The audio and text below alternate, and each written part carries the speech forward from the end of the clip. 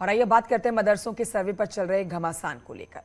मदरसों पर जारी सर्वे पर जुबानी जंग मर्यादाओं की सीमाओं को लांघने लगी है।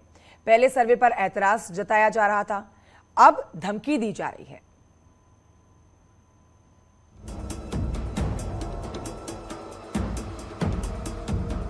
कल असदुद्दीन ओवैसी डरा रहे थे, एसटी हसन बरगला रहे थे, जियाउर रहमान बर्क आंख दिखा रहे थे। अब मौलाना साजिद रशीदी का बयान आया है। बयान के शक्ल में विवाद का संदेश लाया है।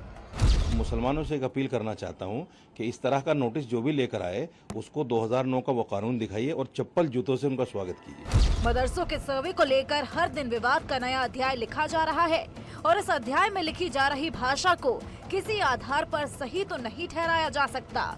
सीधे लफ्जों में कहें तो एक धर्म विशेष को डराया जा रहा है और उसी डर के आधार पर दूसरे वर्ग को ये लगभग 80 एकड़ में सहजन के पत्तों को उगाते हैं। 100 ग्राम इन पत्तों के पाउडर को लगभग 600 से 800 तक के भाव में आराम से बेच देते हैं। आपको भी शुरू करना है तो अभी डाउनलोड कीजिए फ्रीडम ऐप को। धमकाया जा रहा है।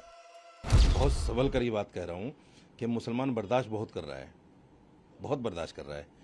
मुसलमान जिस दिन अपने अधिकारों के लिए उठ खड़ा होगा संवैधानिक रूप से, फिर ये सरकार अपने आप को बचा नहीं पाएगी। इन सब के बीच मदरसों के सर्वे का काम जारी है और जारी है सियासत, जिसकी सतह से उठ रहे बयान विवाद का बवंडर ला रहे हैं।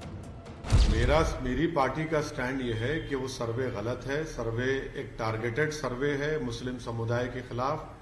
अगर सर्वे होना तो प्राइवेट स्कूल का होना चाहिए, मिशनरी स्कूल्स का होना चाहिए, गवर्नमेंट के स्कूल का होना चाहिए, सबका आरएसएस के स्कूलों का होना चाहिए। आप सिर्फ एक समुदाय के अनएडेड मदरसों का सर्वे कर रहे हैं तो ये टारगेटेड सर्वे है। मेरा मानना ये गलत है। ये उत्तर प्रदेश में जारी सर्वे को लेकर ये भाषा सिर्फ असदुद्दीन ओवैसी की नहीं है, बल्कि समाजवादी पार्टी की भाषा भी यही है। समाजवादी पार्टी के विधायक जाहिद बेग का बयान सुनिए। उत्तर प्रदेश सरकार बदले की भावना से काम कर रही है। हम कहते हैं अगर सर्वे कराना हो सारे लोगों को सर्वे कराइए, जो प्राइमरी स्कूल है उसकी सर्वे कराइए, जो सरकारी सर्वे कराइए उसमें पढ़ाई कितना हो रही कि नहीं हो रही है, कितने बच्चे हैं, कितने लोग आ रहे हैं, मास्टर आ रहे हैं नहीं जा रहे हैं। और किसी मदरसे के नाम पर एक मैसेज देने का प्रयास किया जा रहा है, क्योंकि डरे हुए हैं लोग, डरे हुए हैं। कुल मिलाकर कहें तो मदरसों के सर्वे पर डर का बाजार सजा है, या फिर यूं कहें कि मदरसों को केंद्र बनाकर मजहब को आगे किया जा रहा है। Bureau report. खबर कानपुर से, जहां पर सर्वे टीम ने 23 गैर मान्यता प्राप्त मदरसों की पहचान की है और इस संबंध में शासन को रिपोर्ट भी भेज दी गई है। दरअसल सर्वे के आदेश जारी होने के बाद डीएम ने एक कमेटी बनाई है, जिसमें शहर से लेकर गांव तक ये टीमें 12 बिंदुओं के तय फॉर्मेट पर जानकारी जुटा रही है।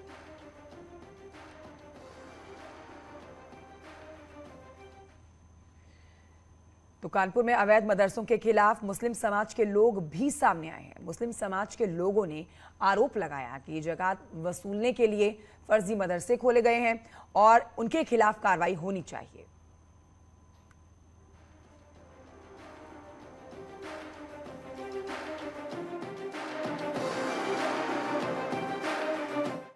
देखिए, उत्तर प्रदेश में अवैध रूप से मदरसे चलाए जा रहे हैं, जो कि मुस्लिम समाज के गरीब लोगों की ज़कात की फंडिंग को हासिल करने के लिए, उनका अधिकार, उनका शोषण करने के लिए किया जा रहा है। उन मदरसों में अधिकांश में खबर ये मिली है कि बच्चियों का यौन शोषण हो रहा है, जैसा कि आगरा में हुआ है।